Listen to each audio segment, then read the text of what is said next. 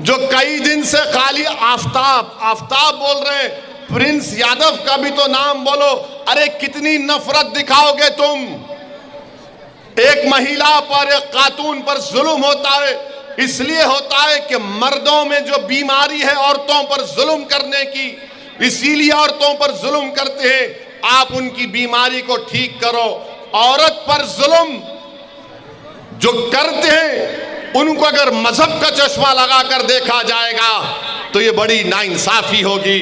तो आसाम के मुख्यमंत्री से मेरा सवाल है, गुजरात के मुख्यमंत्री से मेरा सवाल है, भारत के प्रधानमंत्री से मेरा सवाल है, बताओ बिल्किस बानो का क्या मजहब था? बिल्किस बानो को रेप करने वालों को मोदी जी आपने क्यों छोड़ा?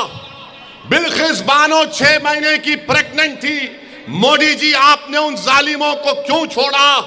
बिल्किस बानो की 3 साल की बेटी का कत्ल किया मां के सामने, भारत के प्रधानमंत्री बोलो तुमने क्यों छोड़ा? बिल्किस बानो के साथ उसकी मां का रेप हुआ, कत्ल किया गया, उसके परिवार के 11 लोगों की हत्या की गई, बोलो मोदी जी आपने क्यों छोड़ा? आपने इन जालिमों को क्यों छोड़ा? बोलो आसाम के मुख्यमंत्री, बिल्किस बानो का नाम तुम्हारी जबान पर नहीं आता।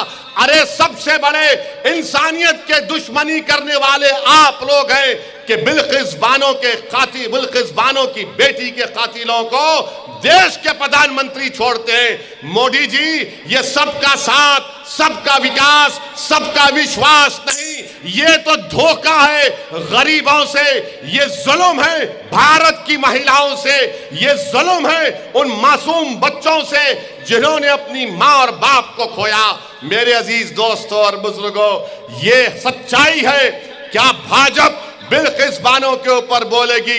नहीं बोलेगी। और आज जो गोधरा से भाजपा का उम्मीदवार है वो बिल्किस बानो के रेप करने वालों को मैं आपके सामने कह रहा हूं, तस्वुर की दुनिया में लेकर जा रहा हूं। थोड़ी देर के लिए सोचो कि बिल्किस तुम्हारी बहन थी, बिल्किस तुम्हारी बेटी थी, बिल्किस तुम्हारी रिश्तेदार थी, बिल्किस तुम्हारी भतीजी या भांजी थी, 6 महीने की प्रेग्नेंट थी, उसका रेप किए, 3 साल की बेटी का कत्ल किए, उसकी मां का रेप किए, और अगर कोई जुल्म करके उसको छोड़ देता है तो आपके दिल पर क्या गुजरती आप सोचो मेरे अजीज दोस्तों और बुजुर्गों। क्या गुजरती होगी आप पर, मुझ पर? देश के प्रधानमंत्री, क्या आपको तकलीफ नहीं हुई? आप तो गुजरात के मुख्यमंत्री थे जब बिल्किस बानो से यह हुआ था। हम तो समझ रहे थे कि आप शायद बदल गए हैं, मगर आप नहीं बदले, आप वही हैं और वही रहेंगे, हम जानते हैं।